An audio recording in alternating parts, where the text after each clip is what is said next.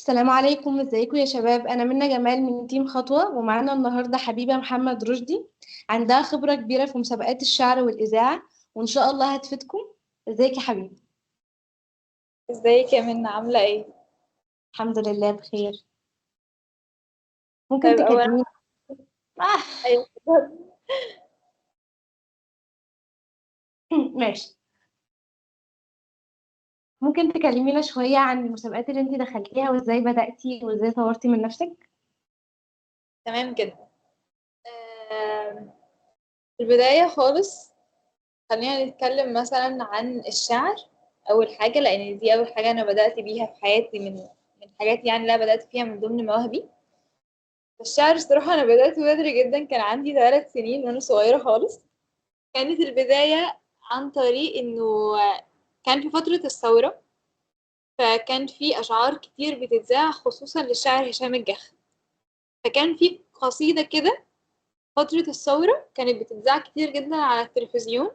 فمن كتر تكرارها أنا بدأت ألقط الكلام وبدأت أحفظه شوية شوية لحد ما جمعت جزء حلو يعني من القصيدة، وبدأت إن أنا أردده.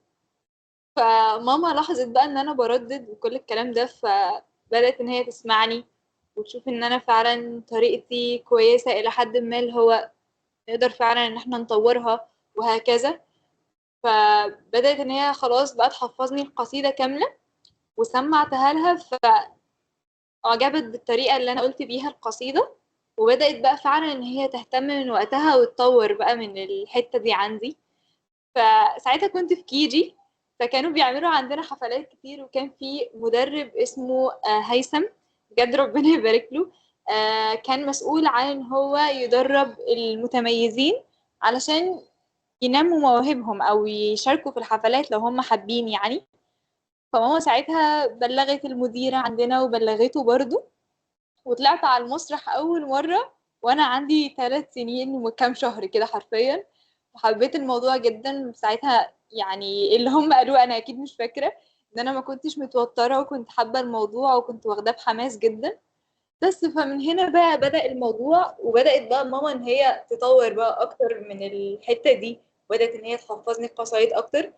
فلما دخلت المدرسة بدأت بقى حتة المسابقات توضح عندي أكتر.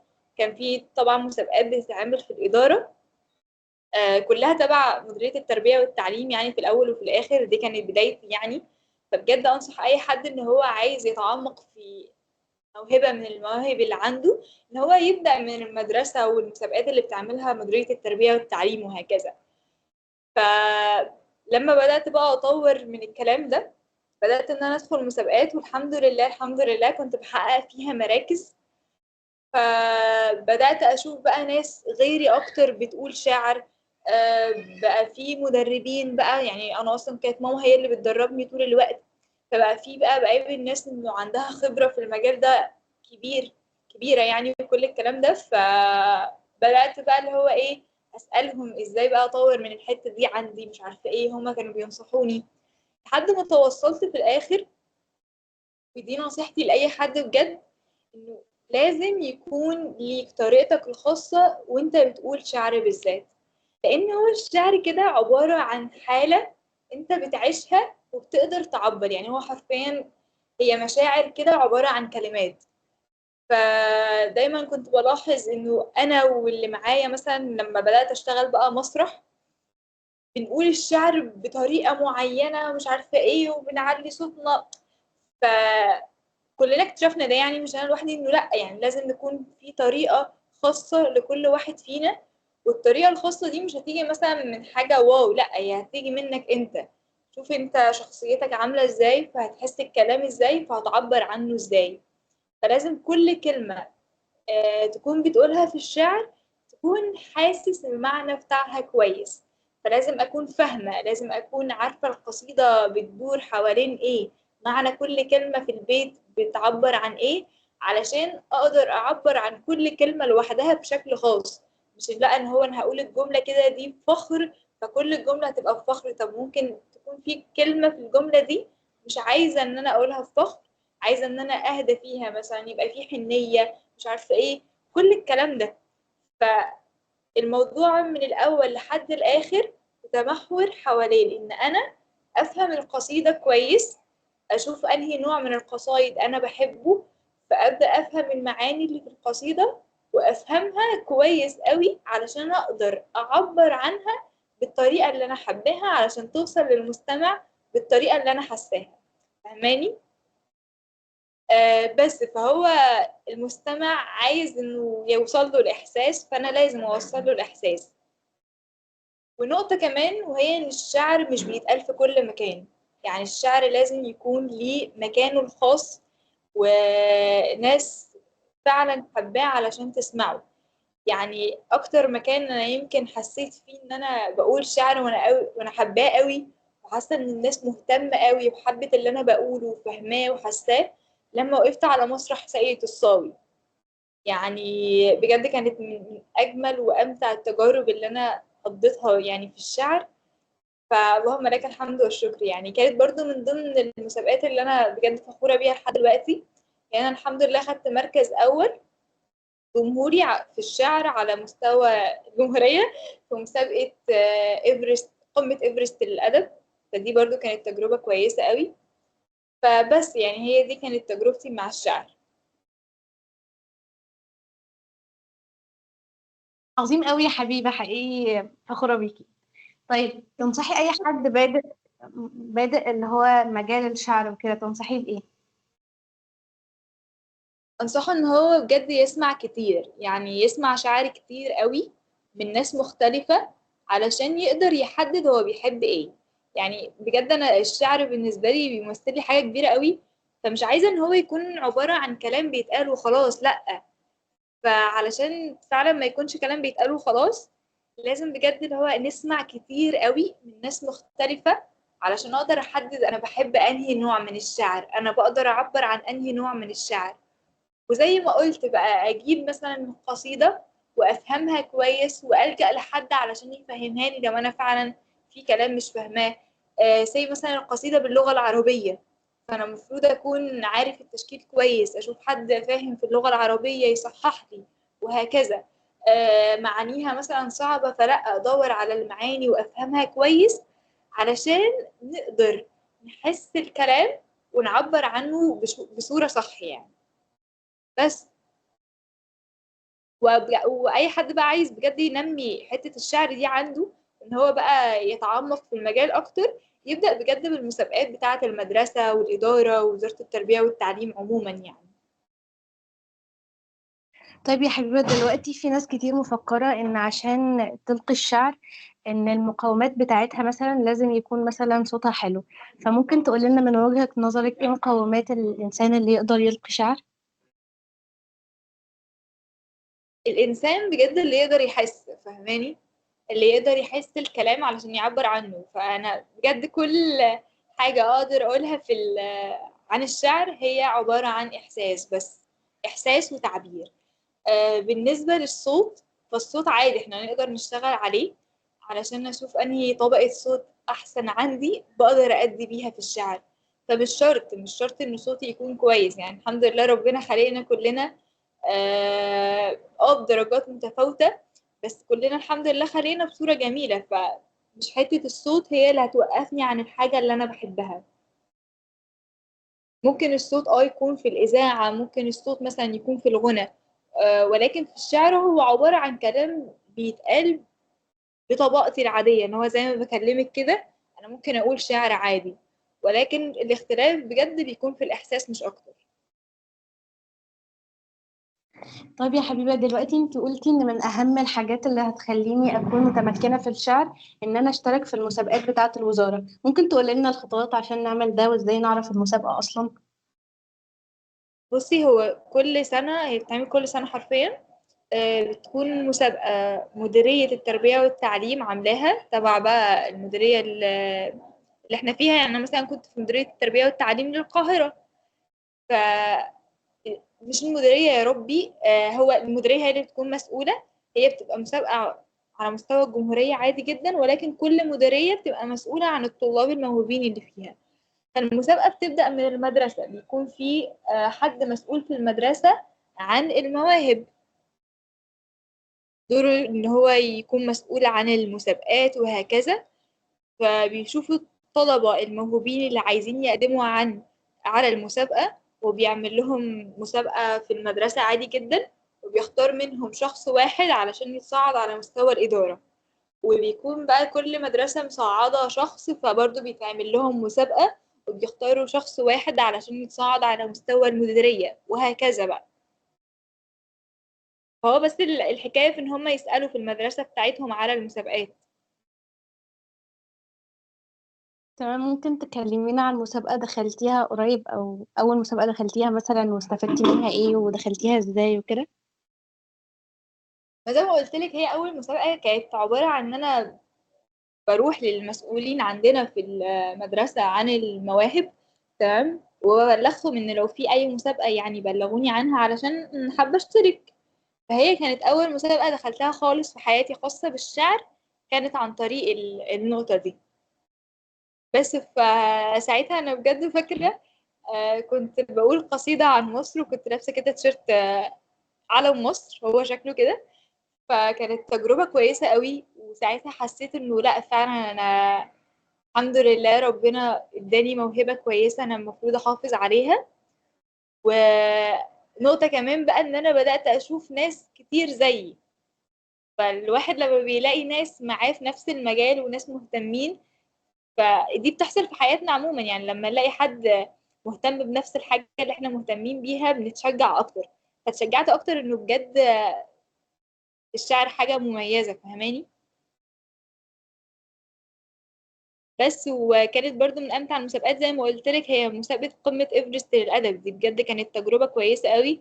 هي قعدت فترة كبيرة قوي، وكان في تصفيات فيها كتير جدا لأن كان في ناس مشاركة فيها بطريقة مهولة يعني. والحمد لله اللهم لك الحمد والشكر، ربنا كرمني في الآخر وكنت الحمد لله حققت المركز الأول فيها. فدي برضو كانت خطوة جديدة، نقلة خالص في حياتي ساعتها في مجال الشعر يعني. ومن ساعتها قررت إنه لأ، لازم يبقى ليا آه، طابع شخصي كده في الشعر اللي أنا بقوله، مش مجرد كلام أنا بقوله وخلاص.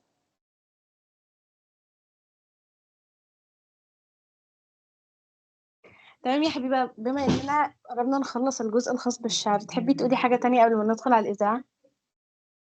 لأ بجد، بس حابة أكد جامد جدا على النقطة بتاعت إنه الشعر عبارة عن حالة. هي مشاعر تقدري تقولي مرسومة بالكلمات حرفيا. وأهم حاجة فيها علشان تتميز في مجال الشعر، لأنه كتير دلوقتي بقى يقول شعر، فعلشان تتميز انت مفروض يكون ليك أسلوبك الشخصي في الشعر، عن طريق ان انت تحس الكلام وتعبر عنه بطريقتك اللي انت حاسس بيها. بس كده مش أكتر. طيب، من وجهة نظرك مين أحسن الشعراء اللي احنا ممكن نبدأ نسمع لهم أو يعني نقلدهم أو كده في البداية؟ وانا زي ما قلت لك انا بدات خالص في بداياتي، يعني اول 3 قصائد كنت حافظاهم للشاعر هشام الجح. وبجد هو كان من امتع الشعراء اللي انا بجد سمعت لهم. في دلوقتي شاعر اسمه محمود موسى، لكن هو مش متخصص قوي في الشعر، هو مهتم باللغة العربية، وانا شاركت معاه في عروض كتير في ساقية الصاوي. ولكن برضو شعره بجد كويس قوي لان هو دارس ومتعمق جدا في دراسة الشعر واللغة العربية. فشعره بيكون كويس جدا وكل حاجة فيه صح ومظبوطة يعني. وبحب قوي الصراحة الشاعر فارس قطرية. قلت لنا في البداية يا حبيبة إن الإذاعة بتحتاج طبقات صوت معينة أو اختلاف في الطبقات أو كده. ممكن أعرف منك إزاي أو يعني تشرح لنا الموضوع أكتر؟ طب تمام جدا، خليني بس اجيب لك موضوع الإذاعة من الأول. تمام. ولا ايه؟ لا، أنا أكيد حابة أسمع حاجة زي كده. طيب تمام، خلينا كده نقسمها لنقط. وبرضه خليني اتكلم عن بدايتي في مجال الإذاعة. هو بجد دخلت مجال الإذاعة كده أنا حاجة ما كنتش عاملة حسابي عليها خالص، ما كنتش مهتمة بيها في الأول وجت كده حرفيا. وهي كانت عن طريق برضو المدرسة، إنه كنت بقدم الإذاعة في المدرسة عادي جدا. فالمهم آم، بدأوا صحابي يقولوا لي إنه لأ، يعني كل إذاعة بقى نيجي نعملها، إنه حبيبة اللي هتقدم ومش عارفة إيه. والمدرسين بدأوا إنه بعد كل إذاعة يقولوا لي أدائك كان حلو النهاردة في الإذاعة وهكذا. فأنا يعني كنت بقول خلاص شكرا والموضوع بيعدي، وما كنتش يعني مهتمة أو مدية الموضوع اهتمام قوي، لحد ما كان في مسابقة اسمها مسابقة الإذاعة المدرسية، برضو بتتعمل كل سنة في كل المدارس. لقيت إن الميس بتبلغني إن أنا هكون مسؤولة عن التقديم في الإذاعة في المسابقة دي.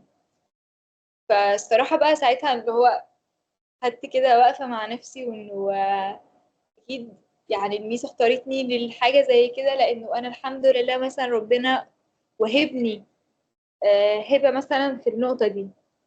فبرضه بلغت ماما، وبدأنا بقى إن هو فعلا نهتم. دخلت المسابقة الحمد لله، وحققنا مركز رابع على مستوى الجمهورية. كنا احنا ساعتها المدرسة الابتدائية الوحيدة اللي فازت في المسابقة على مستوى الجمهورية الحمد لله يعني. فمن ساعتها بقى بدأت إنه أطور من نفسي أكتر، بدأت إن أنا أسمع نشرة الأخبار على طول، بدأت إن أنا أدخل مسابقات تاني وهكذا.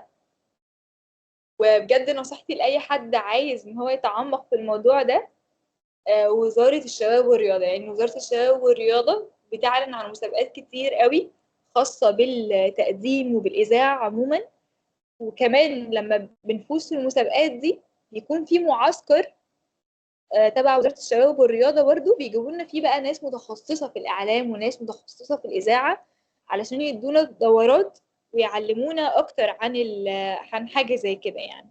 الحمد لله يعني السنة اللي فاتت دخلت المسابقة دي، والحمد لله فزت فيها ورحت المعسكر.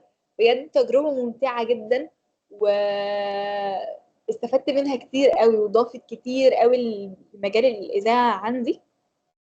ف وبعد المعسكر كمان ده بيكون في بقى مسابقة تانية بيحددوا فيها المتميزين. الحمد لله خدت مركز أول برضو. والمسابقة اتعملت السنة دي برضو ورحت، وكان نفس الكلام.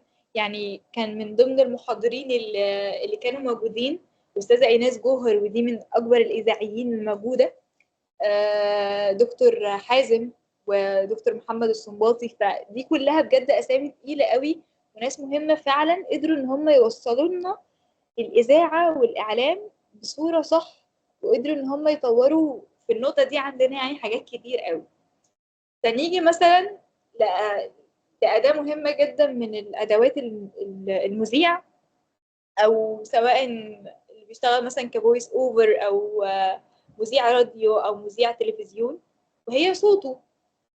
فلازم مذيع الراديو يعبر عن كل حاجة مثلا بصوته.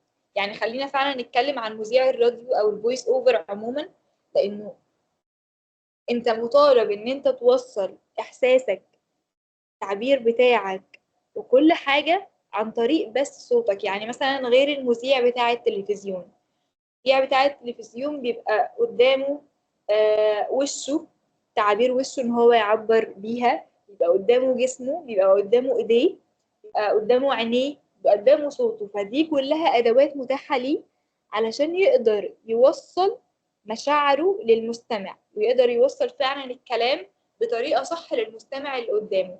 اما مذيع الراديو بيبقى الموضوع عليه اصعب شويتين ثلاثة، لان هو مطالب ان هو يوصل كل حاجة للمستمع عن طريق بس صوته. فهماني؟ فلازم بقى يظبط الطبقات بتاعته وهكذا. فمثلا خلينا نتكلم على طبقة القرار، تمام؟ ودي بتكون اللي هي اكتر طبقة تقيلة كده عند الشخص، فهماني؟ ودي بيعتمد عليها في اغلب الوقت مذيعين الاخبار، مثلا نشرة الاخبار. في الفويس اوفر انت بقى مطالب منك ان انت تنوع بقى بين الطبقات المختلفة اللي عندك، تجيب جواب شوية بقى، تجيب قرار شوية وهكذا. ف بجد الصوت عامل مهم جدا جدا جدا عند المذيع، خصوصا اللي شغال كفويس اوفر او مذيع راديو. فلازم ان هو يحافظ عليه كويس قوي، لازم ان هو برضو يحس الكلام قوي علشان يقدر يعبر عنه بصورة صح. فهماني؟ فدي برضو نقطة الصوت اللي انا اقدر اتكلم فيها عن المذيع. تمام، تقدري تكلمينا شوية عن ازاي نظبط مخارج الحروف بتاعتنا وازاي نتدرب عليها وكده؟ تمام جدا. انا واجهتني مشكله على فكره في النقطه دي كذا مره، يعني جت عليا فتره كده حاسه انه مخارج الحروف عندي ما بقتش مظبوطه زي الاول، التشكيل ما بقاش مظبوط زي الاول. عرفت ان ده حصل نتيجه على ان انا ما بقتش اسمع كتير، ما بقتش اقرا كتير. وعامل مهم جدا جدا جدا بيقدر يساعدنا بصوره كبيره في مخارج الحروف والتشكيل وهو القرآن الكريم بجد. اللي بيقرأ قرآن كريم كتير تلاقيه لسانه دايما تحسيه كده بينطق الكلام بصورة مختلفة بطريقة مختلفة. التشكيل بتاعه في الحاجات الأساسية بالذات اللي هو الفتحة والضمة والكسرة بيبقى مظبوط بشكل رهيب. فقراءة القرآن الكريم ده عامل مهم جدا. غير القرآن الكريم كمان فأنت تقدر إن أنت تقرأ مقالات باللغة العربية، وأهم حاجة إن هي تكون باللغة العربية، ويا ريت لو متشكلة فلسانك واقرا بصوت. يعني لما جيت برضو اتعمق في الموضوع ده وسألت كان عندهم خبرة يعني كبيرة في الموضوع ده، قالوا لي انه ما تقرأيش بس بمجرد ان انت تقرأي بعينك، لا، حاولي ان انت تقرأي بصوتك. ليه؟ علشان تعرفي مثلا غير بقى ان انت هتظبطي التشكيل وغير ان انت هتظبطي مخارج الحروف، انت كمان هتعرفي امتى تقفي، ايه الوقفات الصحيحة اللي انت هتوقفي عندها الكلام بحيث ان هو يكون وصل بصورة كاملة للمستمع، وبعديها تكملي الكلام وتنقلي النقطة تانية. مش ان انا مثلا عمالة اكلمك وتلاقيني فجأة وقفت ولسه في باقي الكلام ما وصلش للمستمع. فالقراية لمقالات لغة عربية متشكلة بصوت هتساعدني ان انا اظبط مخارج الحروف عندي. حتة برضو ان انا اقول قدام حد، يعني اخلي حد يسمعني واشوف مثلا المعنى بتاعي وصل له. طب هو اهتم للكلام ولاحظ فعلا ان مخارج الحروف عندي مظبوطة، ولا لا انا محتاجة اشتغل على النقطة دي اكتر. فبجد اللي هيظبط مخارج الحروف ان القرآن الكريم، ان انا اسمع كتير. زي ما قلت لك كنت بسمع نشرات اخبار كتير جدا، مع اني يعني مش من هواة الموضوع، ولكن نصحوني وقتها نصحوني ان انا اسمع نشرة اخبار كتير. فبدأت ان انا اسمع نشرة اخبار، اسمع مثلا قصص باللغة العربية لو انا مش عايزة او مش حابة اسمع نشرات الاخبار، اسمع قصص باللغة العربية، اقرأ مقالات كتير وهكذا بقى.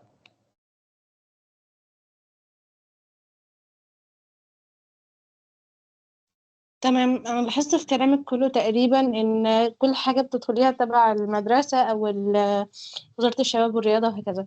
فتقدري ايوه. تقولي لنا أو ترشحي لنا مسابقات انتي دخلتيها وفعلا أثرت فيكي بأسمائهم، بتنزل مثلا ميعادها امتى، مراكزها ازاي، بنتنافس ازاي وهكذا؟ طب تمام جدا. لأي حد بادئ في الموضوع زي ما قلت بجد هيبدأ من المدرسة والإدارة ومديرية التربية والتعليم عامة، لأن مسابقاتهم بتكون فيها خبرة كويسة، لأن أنت هتقابل ناس في نفس مجالك وفي نفس الوقت هيبقى في ناس مسؤولة عن تدريبك، ولو شافوك إن أنت متميز في المسابقة هياخدوك في العروض بتاعة مديرية التربية والتعليم. وعروض مديرية التربية والتعليم عموما أو وزارة التربية والتعليم بتكون كتيرة جدا. فأنت هتشارك في العروض دي، هتاخد اكسبيرينس كويسة قوي، هتقابل ناس كويسين وناس مهمة يقدروا يفيدوك في كذا حاجة بقى بعيدا حتى عن مجال الشعر أو الإذاعة. وهتلاقي إن أنت مع الوقت بتهتم بالموضوع أكتر، لأن في حاجات بتشجعك. يعني أنا مثلا لما رحت المسابقة اللي أنا بقول لك عليها دي اللي هو من المدرسة للإدارة وتصعدت على مستوى المديرية، هما خدوا المتميزين في المسابقة كانوا بيعملوا بيهم عروض. أول عرض مثلا عملناه كان اسمه مهرجان الشعر العربي، كان عبارة كده عن أوبريت متكون من شعر واستعراضات وهكذا، ودراما بقى متداخلة مع الشعر وكل الكلام ده. فبجد كانت اكسبيرينس كويسة قوي. وبدأت إن أنا أعمل معاهم عروض تانية فيما بعد كتيرة قوي.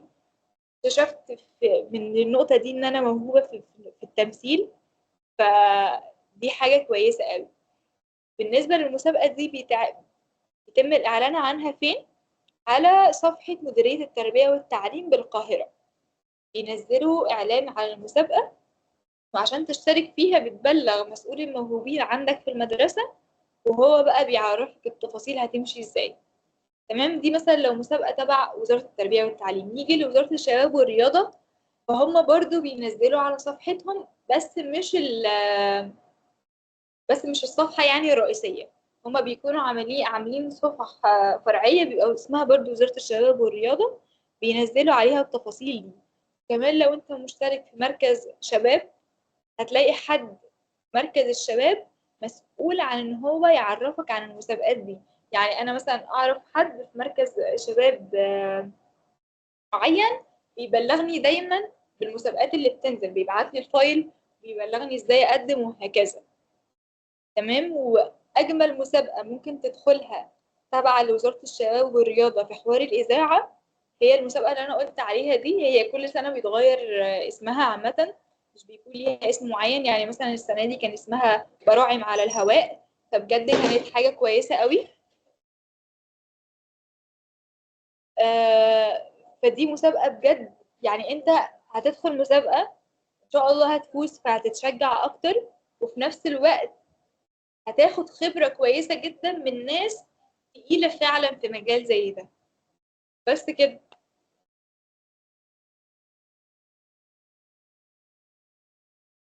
تمام يا حبيبة، ممكن تقولي لنا أو ترشحي لنا تدريب أخدتيه علشان الطبقات وكده، لأنك ما شاء الله يعني عندك معلومات كتيرة. تسلمي لي يا رب. بالنسبة للتدريب بتاع الطبقات، ما خدتوش في مكان معين. هو الخبرة كلها الحمد لله اتنقلت لي عن طريق المسابقة اللي أنا قلت عليها، اللي هي تابعة لوزارة الشباب والرياضة. هم حرفيا، بصي هقول لك التدريب أو المعسكر بيكون منقسم إلى إيه.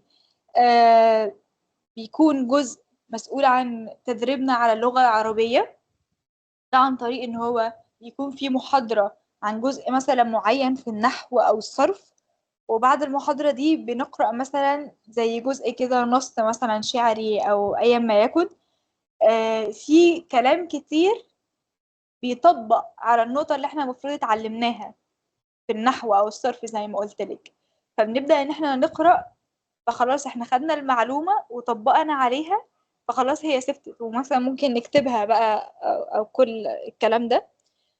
جزء تاني بيكون خاص بالصوت، وزي ما قلت لك برضو بيخلونا ان احنا نقرأ نص مثلا شعري او نشرة إخبارية. وعن طريق القراية اللي احنا بنقرأها بيوقفونا بقى، اللي هو مثلا انت المفروض في الحتة دي تجيبي الطبقة كذا، المفروض مش عارفة ايه تعملي كذا، تقفي هنا كده. وجزء تالت بقى خالص بيكون مسؤول عن الطريقة أو الأداء اللي احنا بنأدي بيه، وده برضو زي ما قلت لك بيكون عن طريق إحساسي بالكلام، وإزاي أنا بقدر أعبر عنه. وفي بقى أصلا مجالات مختلفة أصلا في الإذاعة، يعني في مثلا مراسلة، في نشرة إخبارية، في مذيع مثلا بيكون منوع زي مثلا الأستاذة منى الشاذلي كده يعني. فمفيش مكان معين خدت منه تدريب للطبقات، ولكن هو المعسكر بيكون شامل كل الحاجات اللي قلت لك عليها دي. طيب يا حبيبة، ممكن تقولي لنا يعني جزء كده من القصيدة في الشعر، يعني بعد ما تخلصي تقولي لنا المشاعر اللي استخدمتيها واستخدمتيها ليه وهكذا. تمام جدا. أقول قصيدة اسمها شكرا. تمام. للشاعر محمود موسى. شكرا. شكرا لأبطال الحكاية كلهم، من شكلوا فينا الحقيقة والخيال. فلكل فصل في حياتي قصة، ولكل سطر ما يقال وما يقال. شكرا لمن عبروا السبيل بخفة، لم يجرحوا في روحنا صفوة الجمال. من آثروا كسب القلوب عن الذي كسب المواقف بالتنازع والجدال.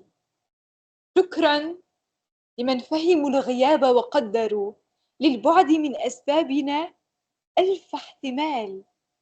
شكرا لمن وضعوا الخلاف بحجمه، ما أوقدوا نارا وما قطعوا الوصال. ما أنكروا فضلا وما خسفوا بنا أرضا، وما عدنا نهدد باغتيال. جبروا مشاعرنا بآمال الضحى، فتماسكت بقدوم عاصفة الرمال. شكرا لأبطال الحكاية، إنهم صدقا أقاموا صرح روحي حين مال. بس كده. يعني مش عارفة اتكلم بصراحة. ايه الحلاوة دي، ايه الحلاوة دي بجد. والله يا أمين، ربنا يخليكي. فبصي يا رب. يعني القصيدة كان فيها كذا نقلة بكذا شعور مختلف. أنا ساعتها بجد يعني بداية القصيدة دي أصلا لما جيت أقولها يعني أول مرة على المسرح، أنا كنت محددة طريقة تانية خالص، وطلعت قلتها على المسرح بطريقة مختلفة خالص عن اللي كنت محضراها. ليه؟ لأن أنا كنت بتدرب عليها ككلام أنا حافظاه، هطلع أقوله بالطريقة معينة، واحد اتنين تلاتة وهكذا. لما طلعت على المسرح وفعلا حسيت بقى الكلام من جوايا قوي، بدأت إن أنا أقوله بطريقة مختلفة خالص، وأحس فعلا معنى كل كلمة. يعني أنا مثلا في الأول بقول شكرا لأبطال الحكاية كلهم وهكذا، فاللي هو أنا ممتنة، وبحاول إن أنا أوصل شعور إن أنا ممتنة ومبسوطة. وفي نفس الوقت في جملة تانية مثلا بقول من أنكروا فضلا وهكذا. فدي مثلا بحاول أبين فيها مثلا إن أنا مستاءة، أو دي صفة مثلا مش كويسة وهكذا. فلازم إنه النقلات تتنوع، ما امشيش على اسطمبة واحدة طول القصيدة، أو على قافية، أو على طريقة كده واحدة ما غيرهاش. لا، لازم يكون في تنوع. التنوع ده بيجي عن طريق إحساسي بالكلام والتعبير عنه زي ما قلت لك. تمام يا حبيبة، يعني انا مش عارفة اتكلم من ساعتها، يعني بجد كانت حلوة قوي. شكرا يا منى والله بجد. طيب ممكن تسمعينا جزء بقى إذاعة من قبل كده مثلا كنت مسجلاه أو هكذا؟ تمام جدا. حاضر. لحظة واحدة بس.